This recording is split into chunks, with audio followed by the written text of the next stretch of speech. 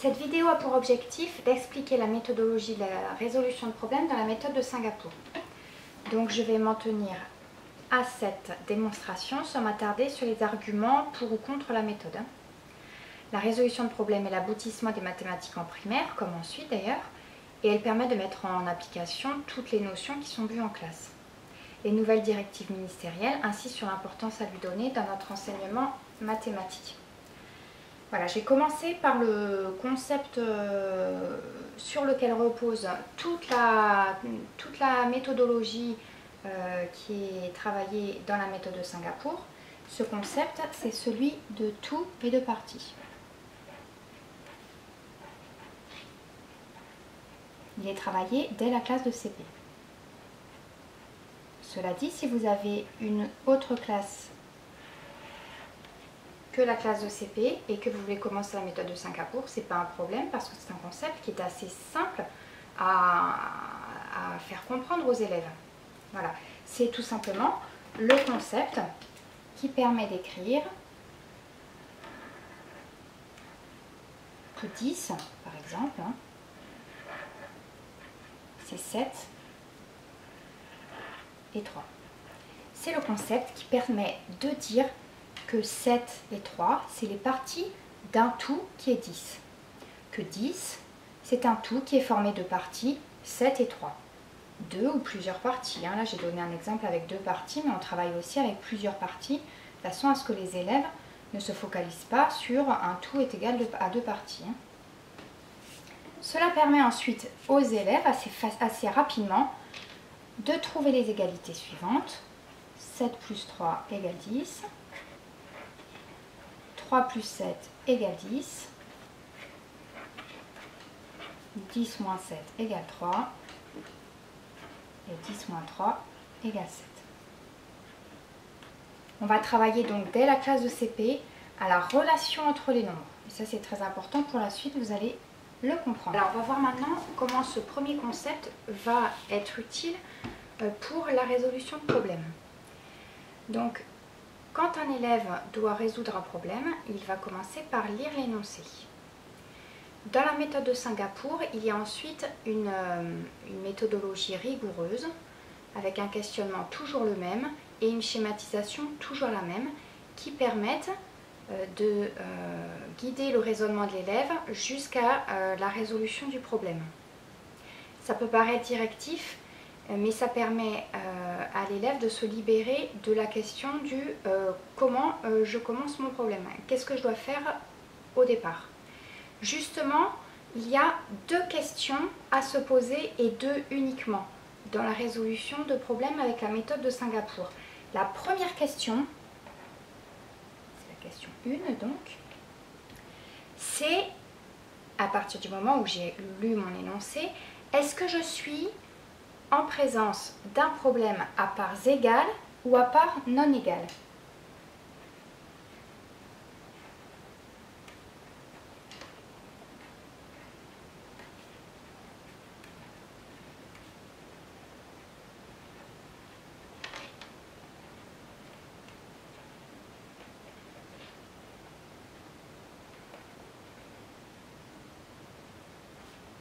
Si vous commencez par cette première question, et si les élèves apprennent à résoudre cette première question, vous leur simplifiez énormément le travail par la suite.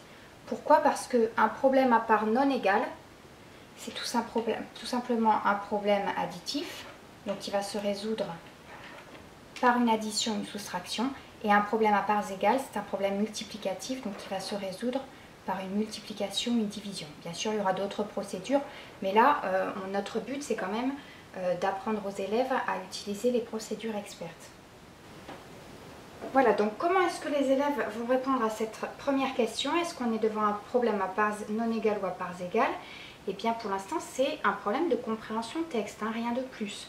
Donc, on lit correctement l'énoncé et on essaye de se faire une image la plus précise et la plus concrète possible, soit dans la tête, soit avec un dessin pour les élèves qui ont le plus de difficultés.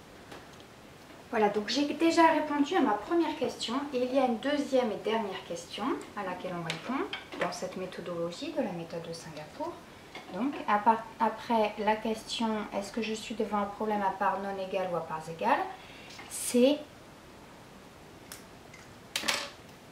question 2.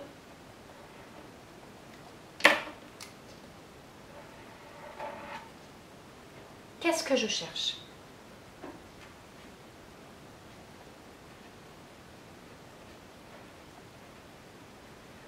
Alors pour l'instant, on va voir comment est-ce qu'on procède quand il s'agit d'un problème à parts non égales. Pourquoi? Parce que c'est ce qu'on voit en premier, les problèmes additifs, donc en CP, CE1, CE2. Et ensuite, on verra comment on résout les problèmes à parts égales. Pour répondre à cette deuxième question, qu'est-ce que je cherche? L'élève va schématiser de façon différente en fonction du problème. Il y a 3 possibilités dans un schéma, dans un problème additif.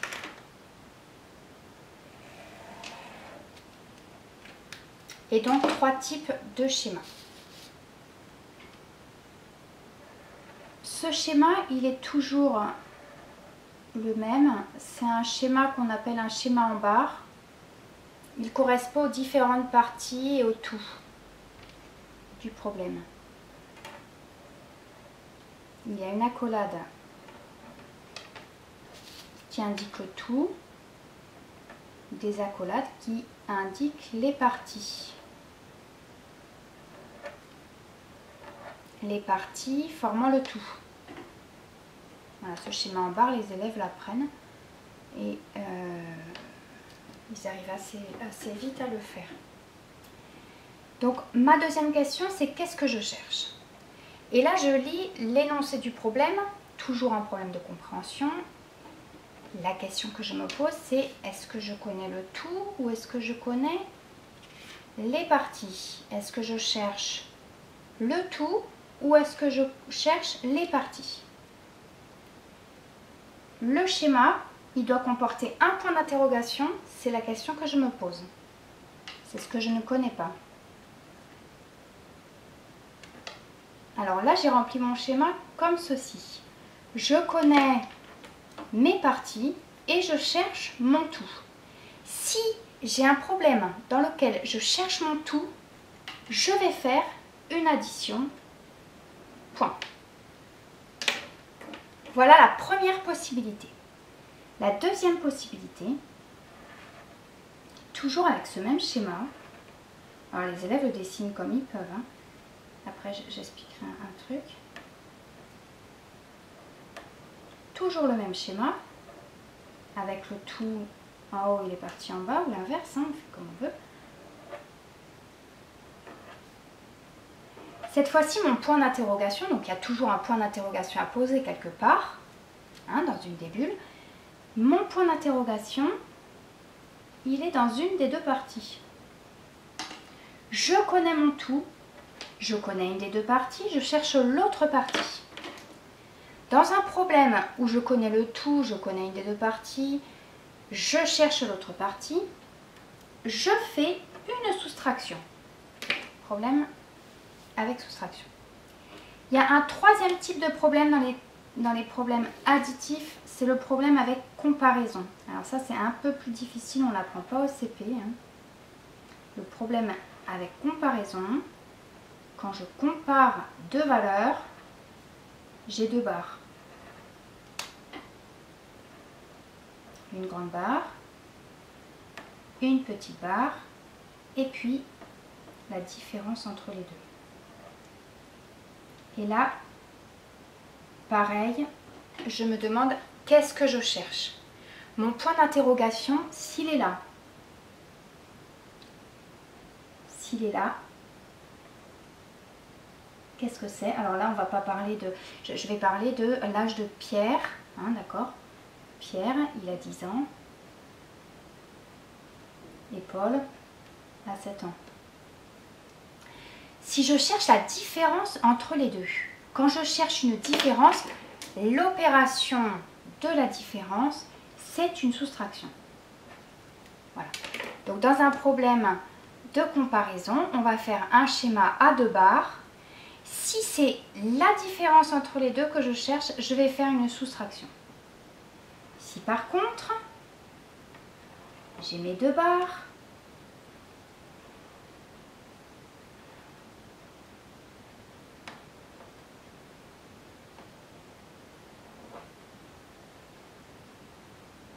je connais la valeur de la plus grande des 2 barres, je connais l'âge de Pierre qui a 10 ans. Je connais la différence entre les 2 enfants. Pierre a 10 ans de plus que Paul. Je cherche la plus petite des 2 valeurs. Dans une comparaison, quand je cherche la plus petite des 2 valeurs, je fais une soustraction. Et inversement, vous l'avez bien compris, dans un schéma de comparaison pour lequel je connais la plus petite des 2 valeurs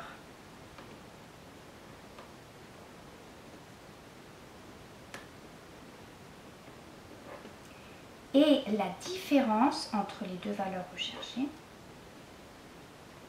Je sais que Paul a 7 ans, qu'il a 3 ans de moins que Pierre. Ça, ouais. Ma question, elle est ici, mon point d'interrogation est ici. Je cherche la plus grande des 2 valeurs. À ce moment-là, dans un schéma de comparaison, dans un problème de comparaison, je vais faire une addition. Voilà, 1, 2, 3, 4, j'ai 5 types de schémas pour les problèmes à parts non égales. Voilà, maintenant je vais voir comment on va résoudre les problèmes à parts égales. Donc les problèmes multiplicatifs. Ma question c'est toujours, qu'est-ce que je cherche?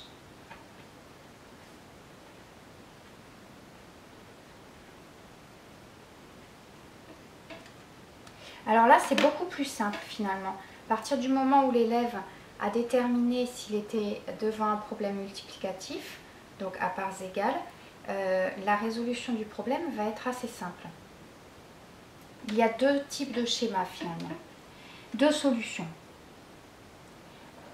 Alors là, on va pas présenter le schéma de la même façon. On va avoir la barre qui va représenter le tout, hein, toujours, avec la collade. Et puis on va représenter une part comme ceci, avec des pointillés là. Voilà.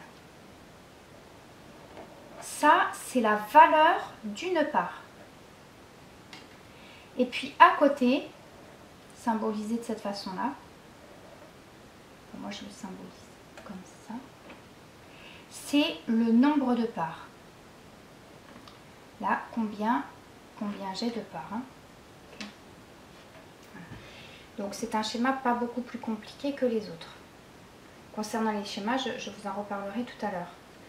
Voilà, donc là c'est pareil, ma question c'est qu'est-ce que je cherche?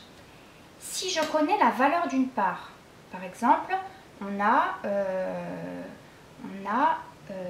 5 copains, d'accord? On a 5 copains et on veut donner à chaque copain 3 bonbons, d'accord? Donc la valeur de la part, c'est 3 €. C'est un petit peu difficile au départ pour les élèves d'arriver à définir la valeur de la part et le nombre de parts, mais ça se fait finalement assez vite. Donc 3 bonbons, la valeur de la part, et j'ai 5 copains, d'accord? Ma question, là, mon point d'interrogation, il faut toujours que l'élève place son point d'interrogation au bon endroit, d'accord? Ma question, c'est qu'est-ce que je cherche? Je cherche le tout. Je cherche combien je vais avoir de bonbons en tout. Voilà, quand j'ai un problème à parts égales et que je cherche le tout, je vais faire une multiplication systématiquement.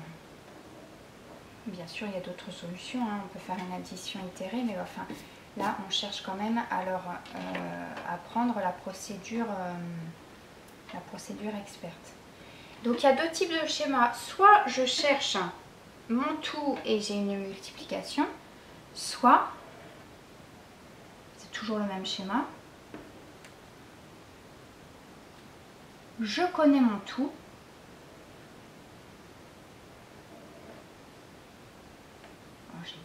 j'ai 3 fois 5, 15. J'ai 15 bonbons. Et là, je cherche soit le nombre de parts, soit la valeur d'une part. Que ce soit l'un ou l'autre, ça ne change rien. Je cherche la valeur d'une part ou le nombre de parts. Donc ma question elle est soit ici, soit ici. Voilà, j'ai mis 2 points d'interrogation, mais il y a un seul point d'interrogation normalement. À ce moment-là, si j'ai un problème dans lequel je connais le tout et je cherche soit la valeur d'une part, soit le nombre de parts, à ce moment-là, je fais une division. Voilà. En fait, toute la résolution de problème, elle se schématise de cette façon-là et elle se résume à ça finalement, c'est assez simple. Quand on a un problème avec plusieurs étapes, eh bien pour chaque étape, on va reprendre les 2 questions. Première question, est-ce que j'ai un problème à parts égales ou à parts non égales, ce qui permet dès le départ de déterminer si je vais faire une addition, soustraction ou une multiplication, division. Ça permet d'éviter énormément d'erreurs.